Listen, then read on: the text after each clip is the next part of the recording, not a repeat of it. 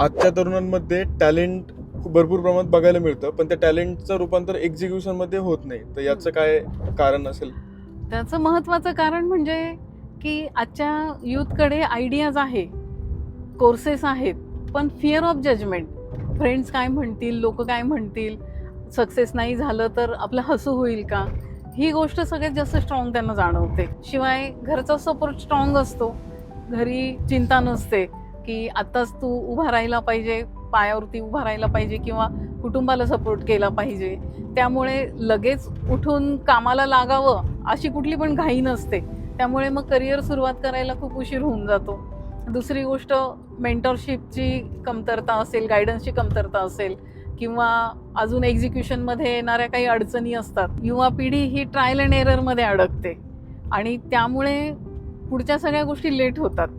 तर युवकांना माझं हेच सांगणं आहे की ट्रायल अँड एररमध्ये न अडकता निर्णय घ्या आणि कामाला लागा.